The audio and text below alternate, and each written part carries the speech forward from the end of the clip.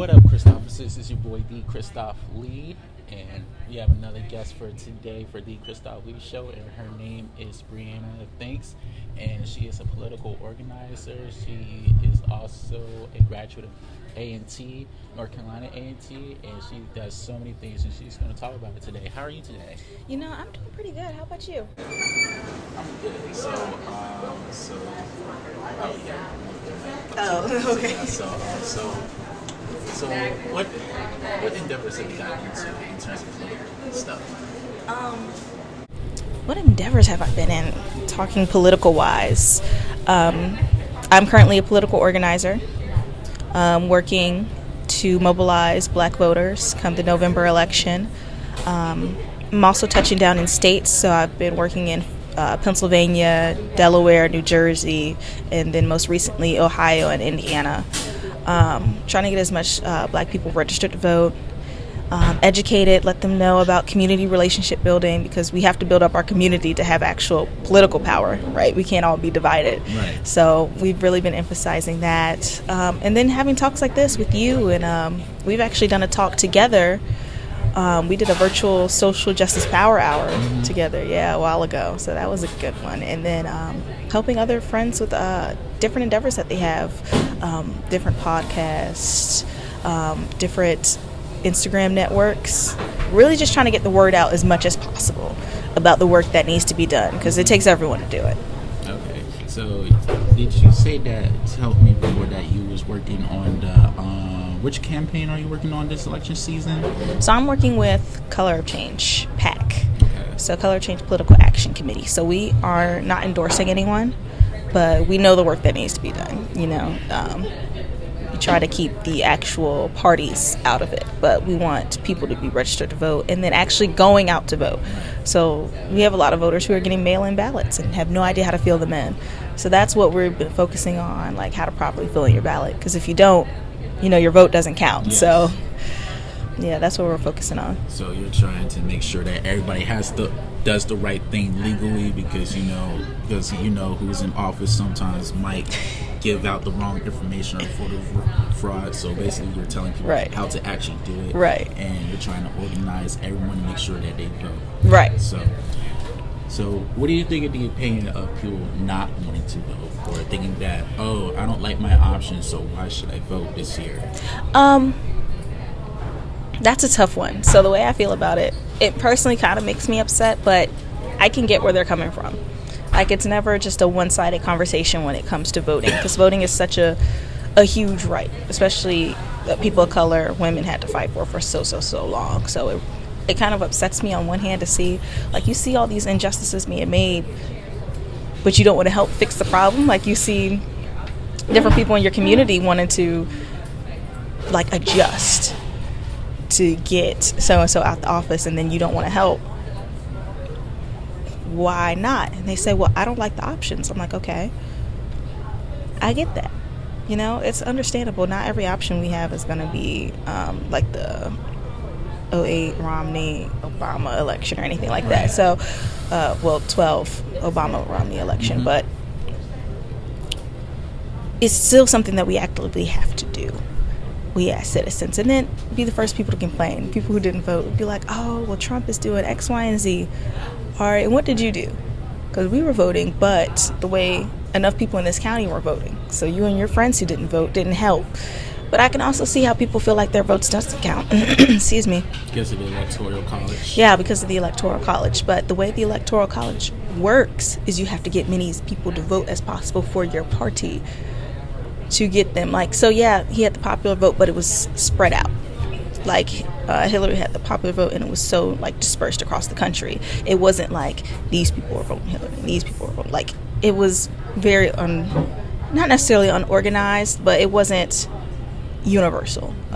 So I can see how he won, because technically that's how it works. A system I hate, but I know how the system works, so I know exactly how we have to organize a win. But Electoral College overall is just an outdated system that's been used for hundreds of years that we just need to get rid of. Right. And I I seen something recently that the government was trying to get rid of the Electoral College. Well, not exactly get rid of it, but like change around. What do you think they should do with the Electoral College? What do I think they should do with the Electoral College? I say go ahead and get rid of it. No other election that we hold necessarily uses the Electoral College, right? We always go by like popular vote for most minor elections. And it's just out of date. Like, why do we need it? Like, yeah, I get it. I used to stay up with my family late at night and watch the states turn, like red or blue, and then stay up to see who. But you can also just watch the numbers fall in. The system just needs to be changed to be the presidential goes by popular vote, because that's clearly what the people want. The people want who they voted for the most, or do like the number voting system. So like 1, 2, 3 is the ranking voting, which I also think would be more fair, because then we can have more people on there. It wouldn't just be split between the two-party system anymore, which I think also needs to go. So we would have more diversity on the ballot, and not everyone would be, like dropping like flies right before the election happens. So, and also, who's in trying to run for the office with Joe Biden, Kamala Harris? It's great that we are having a black woman vice president, but people say that some of her policies in her past being a prosecutor. Some people will, I would say, more radicals or more in touch with the social issues, say that she's kind of bad for us because of her past. Right. But do you feel that not everyone has a perfect past, and we still gotta look past that, in case we want somebody else that wants to occupy the White House? Because a lot of people don't like who's in the White House right now. So. Right. So, Kamala Harris. Everyone's excited that we have a black woman running for VP, like you said, but a lot of people say that's not the right black woman. They're like, that's not the one I wanted. We got police in the office, this prosecutor. But I think Kamala Harris was a strong choice. She's a powerful woman. She's a very, very powerful woman. I highly do believe that. And she has the experience, she has the knowledge, she has the know-how. Like, she's a force to be reckoned with. She really is. But looking on the side of what she done in her prosecutor work and policies that she had implemented before, it's causes some commotion in the black community, because we're like, okay, is she really for us? Like, we know she went to the HBCU, we know she wants to get our loans taken away, but the policies, the numbers are showing something different. And I think it's really a toss-up between her. I think having her on the campaign helped and hurt the Biden ticket at the same time, because you have a woman of color, which is like never happened on a major party ticket for the election, which is incredibly amazing. And there's going to be so many people for that, and there's going to be so many people who are against having a woman, and especially a woman of color on the ticket, that not only just not like her, but we also have other black people who aren't going to like her policies, and they're not going to vote for her because of that. I know a lot of people, as soon as she was announced, they were like, that's it, I'm not voting. Even some celebrities came out, they were like, this isn't our first choice either, but we got to do what we got to do. Right. But as far as it goes as her doing, I think she would be a great vice president. I really do. But how would she be helping us? That's the main thing we're looking for. We don't want to just vote somebody in just because. We want to know what they're going to do for our communities, and we want to hold them accountable to that. Right. So I'm really looking for, within these next couple of weeks, any other policy that she's going to bring up that she wants to take action on as in her role as vice president. She did announce that she wanted to wipe out student loans for HBCU students making $125K a year, which I think is great.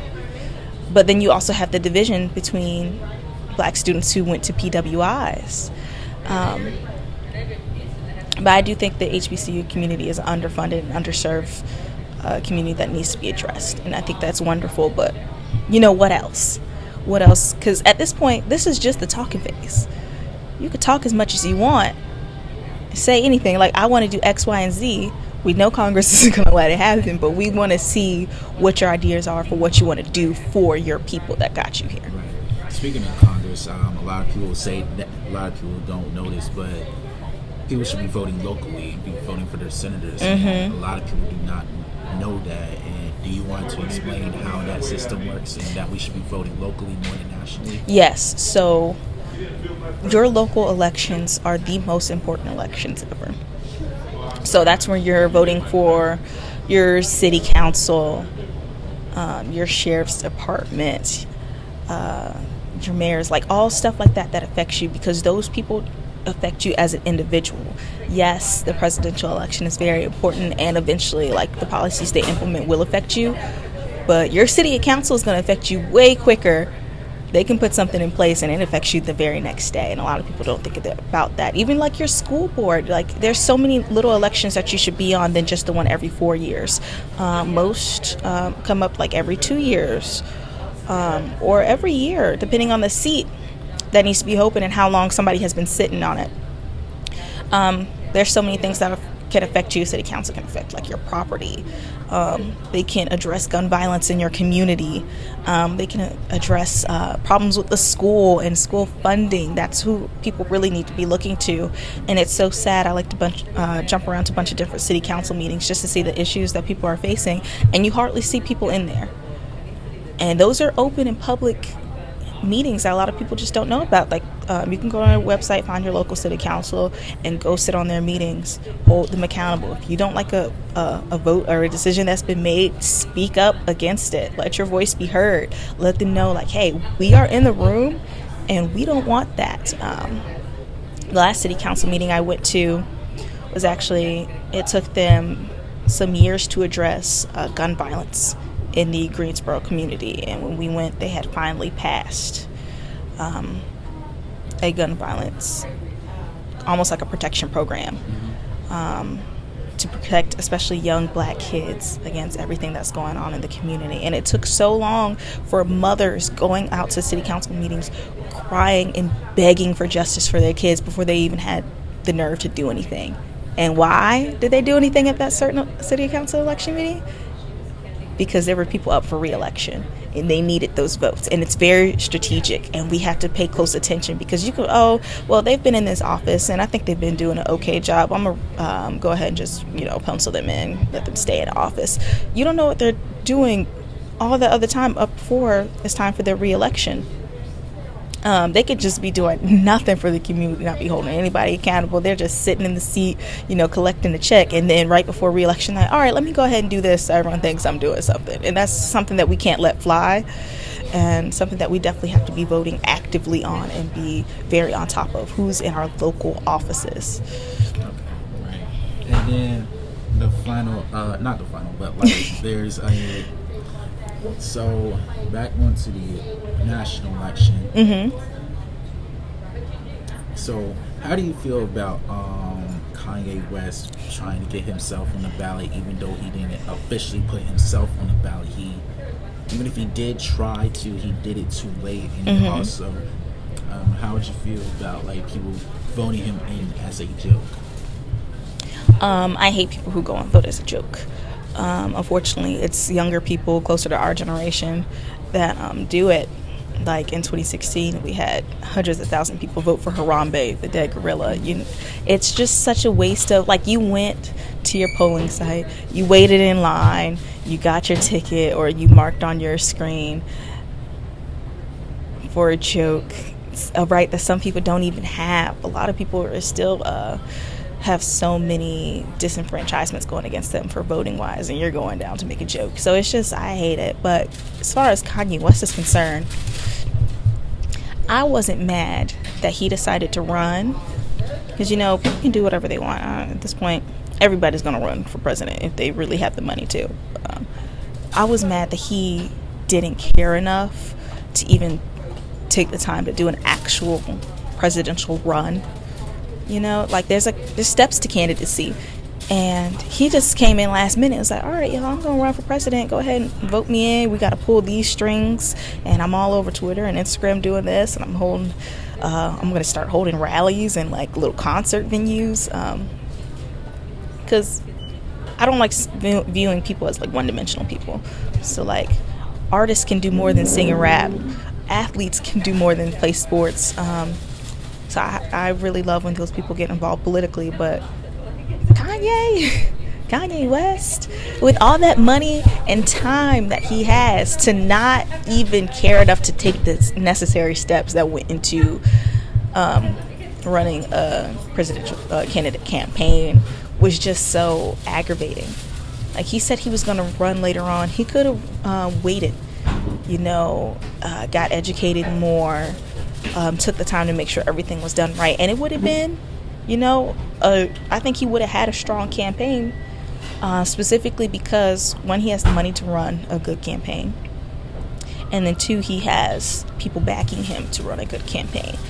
Even though we may not like it, there's some strong people that really want to see Kanye West on the ticket for, obvious reasons. But he would have, if he had taken the time, he would have had a strong campaign. I still wouldn't have voted for him, but I can recognize, all these campaigns I've worked on. I've worked on about 6 or 7 now. All these campaigns I've worked on, I could recognize good strategy when I see it, and still just not like the candidate. That's how I feel about Kanye. So, what would you like to tell the people before we go? What would you like to tell them? Look into the camera and say what you want them to do. What do I want the people to do? All right, everyone, I want everyone to go out and get registered to vote. Look up your state, when your deadline to register is. Get registered to vote, and then actually go vote. Don't just get registered and that be it. Go out and have a voice. Even if you choose to write someone in, that's your personal prerogative, but exercise your right to vote. A lot of people have died for you to be able to vote, and you don't necessarily have to feel pressured to it, but do it because you want to see actual change in your community and you want to hold people accountable. And I'm not talking about just the presidential election. I'm talking about all of our local elections that need voices on. Those are the main ones that we need people speaking up for and people advocating for. And I highly encourage everyone to look up your next local elections and then see what's going on and see who's on the ballot and register.